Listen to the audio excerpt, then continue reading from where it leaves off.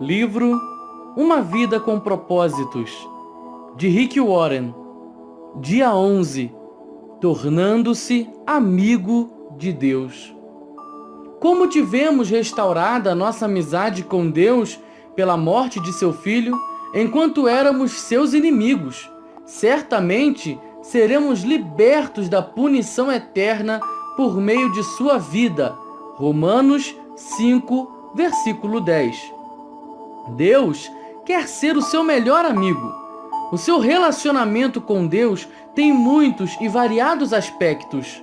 Deus é seu autor e criador, Senhor e mestre, juiz, redentor, Pai, Salvador e muito mais. Porém, a mais espantosa verdade é esta: o Deus Todo-Poderoso anseia ser seu amigo. No Éden, vemos o relacionamento ideal de Deus para conosco. Adão e Eva desfrutavam de uma amizade íntima com Deus.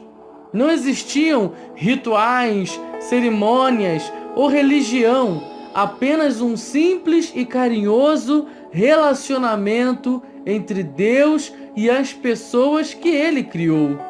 Livres de culpas ou medos, Adão e Eva desfrutavam de Deus e Deus desfrutava deles. Fomos feitos para viver continuamente na presença de Deus. Mas após a queda do homem, aquele relacionamento ideal foi perdido. Somente umas poucas pessoas no Antigo Testamento tiveram o privilégio de uma amizade com Deus. Moisés e Abraão foram chamados amigos de Deus. Davi foi chamado um homem segundo o coração de Deus. E Jó, Enoque, Noé eram amigos íntimos de Deus. Entretanto, medo de Deus e não amizade eram mais comuns no Antigo Testamento. Então, Jesus mudou a situação quando pagou nossos pecados na cruz. O véu do templo, que simbolizava nossa separação de Deus, foi rasgado de cima para baixo, indicando que o acesso direto a Deus estava novamente disponível. Ao contrário dos sacerdotes do Antigo Testamento, que tinham de passar horas se preparando para encontrá-lo, atualmente podemos chegar a Deus a qualquer instante.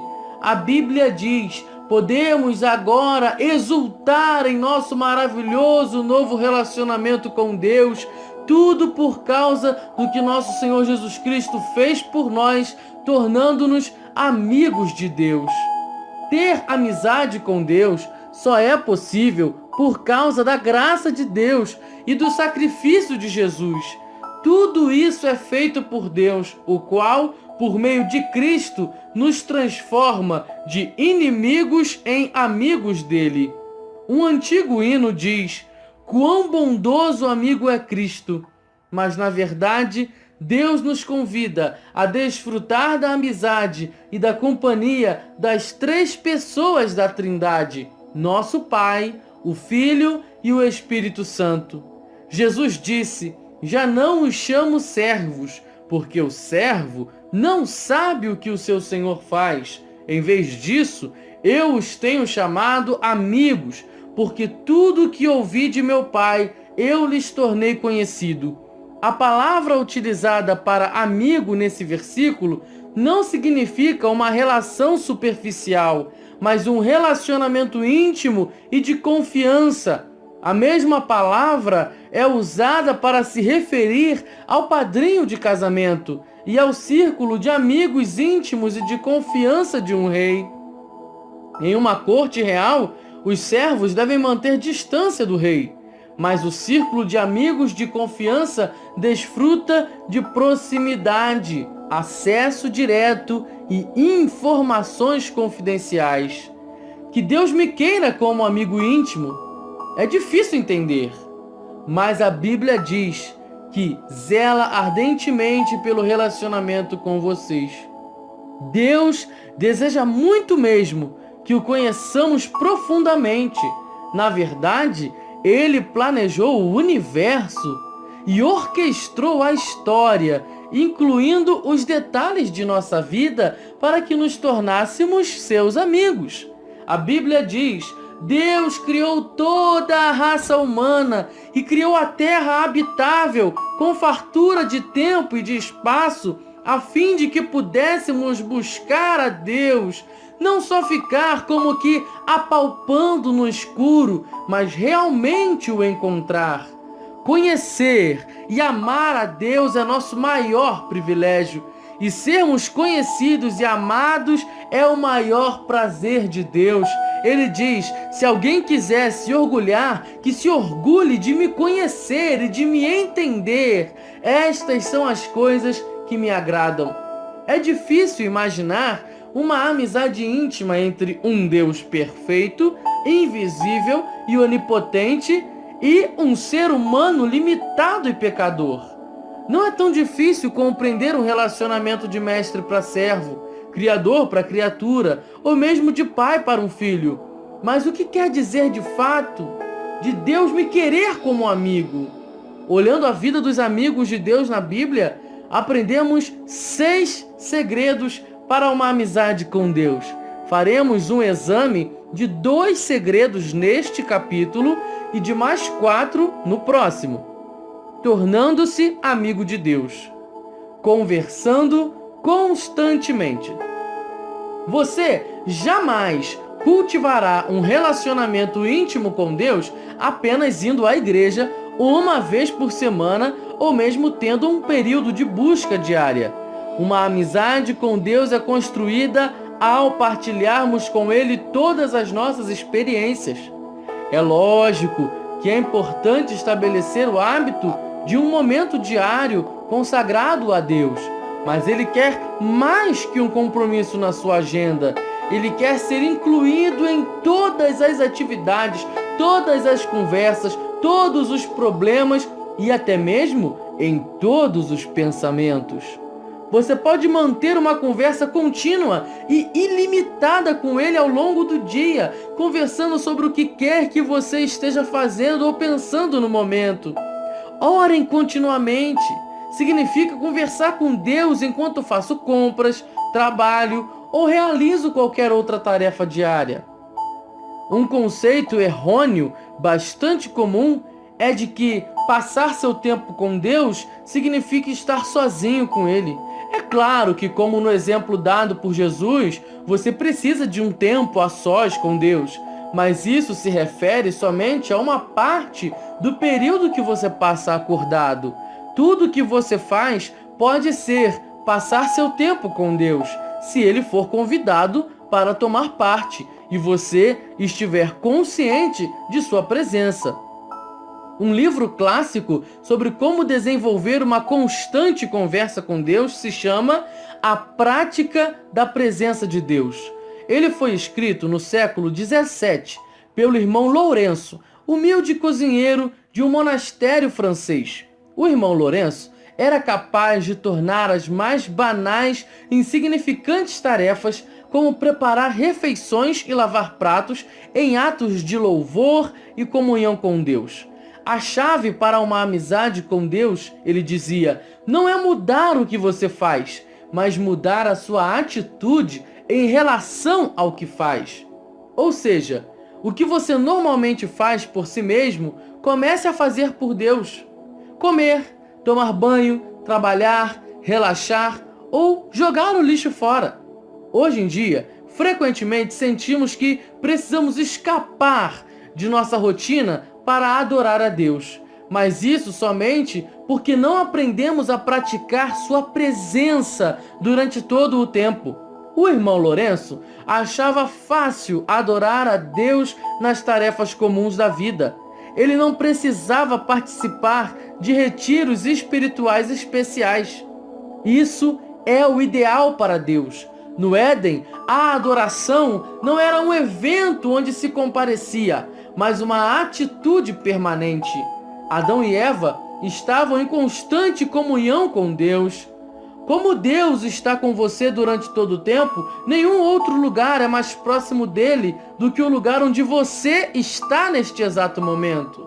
A Bíblia diz, Ele comanda todas as coisas, está em todos os lugares e em todas as coisas. Outra das providenciais ideias do irmão Lourenço era fazer continuamente orações curtas e informais ao longo do dia, em vez de tentar realizar longas sessões de orações complexas. Para manter o foco e neutralizar divagações, ele dizia: não aconselho a usar uma grande variedade de palavras na oração, visto que longos discursos são frequentemente motivados para devaneios. Em uma época em que há falta de concentração, essa sugestão, com 450 anos de idade, para manter a simplicidade, parece especialmente importante. A Bíblia nos diz: orem continuamente.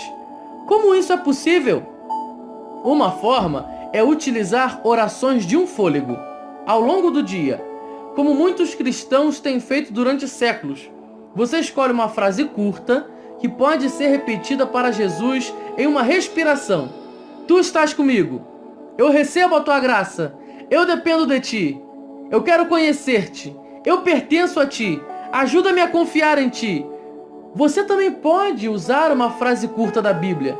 Para que eu viva em Cristo. Jamais me deixarás. Tu és o meu Deus. Faça essas orações com a maior frequência possível, de modo que fiquem profundamente enraizadas no seu coração.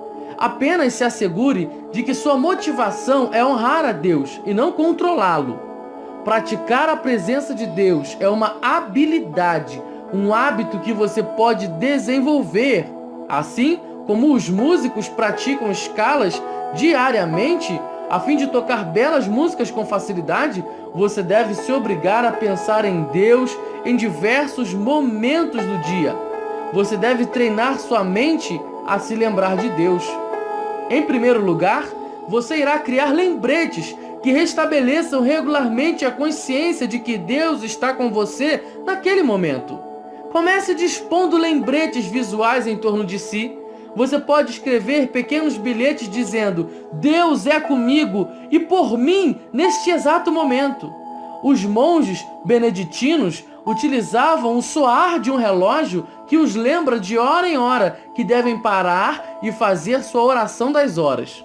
Se você tem um relógio ou um telefone celular com alarme, pode proceder da mesma forma. Em alguns momentos, você sentirá a presença de Deus. Em outros, não. Se você está buscando uma experiência com a presença de Deus por meio de tudo isso, então não compreendeu o sentido disso tudo. Nós não louvamos a Deus para nos sentirmos bem, mas para agirmos bem. Seu objetivo não é uma sensação, mas uma consciência constante da realidade de que Deus está sempre presente. Esse é o estilo de vida de adoração. Tornando-se amigo de Deus através da meditação contínua. A segunda forma de estabelecer amizade com Deus é pensar na sua palavra durante todo o dia. Isso se chama meditação, e a Bíblia nos exorta repetidamente a meditar sobre quem Deus é, o que Ele fez e o que Ele disse. É impossível ser amigo de Deus deixando de lado o conhecimento do que Ele diz. Você não pode amar a Deus a não ser que o conheça, e não pode conhecê-lo sem conhecer sua palavra. A Bíblia diz que Deus se manifestava a Samuel pela palavra do Senhor, e Deus ainda hoje utiliza esse mesmo método. Embora você não possa passar o dia inteiro estudando a Bíblia, pode pensar a seu respeito ao longo do dia, recordar os versículos que leu ou decorou e refletir sobre eles. A meditação é frequentemente mal interpretada como algum ritual misterioso e complicado, praticado por ascetas e monges isolados. Mas meditar é simplesmente concentrar os pensamentos, uma habilidade que pode ser adquirida por qualquer pessoa e posta em prática em qualquer situação. Quando você se mantém pensando repetidamente sobre um problema, isso se chama preocupação. Quando você se mantém pensando repetidamente na palavra de Deus, isso se chama meditação. Se você sabe se preocupar, já sabe meditar. Basta que você desvie a atenção dos seus problemas para os versículos bíblicos. Quanto mais você meditar na palavra de Deus, menores serão suas preocupações. A razão pela qual Deus considerava Jó e Davi amigos íntimos era o fato de eles valorizarem a sua palavra acima de qualquer coisa e de pensarem nela continuamente durante todo o dia. Jó reconheceu: dei mais valor às palavras de sua boca do que ao meu pão de cada dia. Davi disse: como eu amo a tua lei, medito nela o dia inteiro, e elas estão constantemente em meus pensamentos, não consigo parar de pensar nelas. Amigos dividem segredos, e Deus irá partilhar com você os seus segredos, se você desenvolver o hábito de pensar em sua palavra do princípio ao fim do dia. Deus contou seus segredos a Abraão e fez o mesmo com Daniel, Paulo, os discípulos e outros amigos. Quando você ler a Bíblia, ou ouvir um sermão ou uma fita, não cometa o erro de simplesmente deixar para lá e seguir em frente. Desenvolva a prática de ficar revisando a verdade em sua mente, pensando continuamente sobre ela. Quanto mais tempo você repassar o que Deus disse, mais compreenderá os segredos desta vida que muitas pessoas deixam escapar. A Bíblia diz: o Senhor é amigo chegado de quem o respeita e lhe obedece.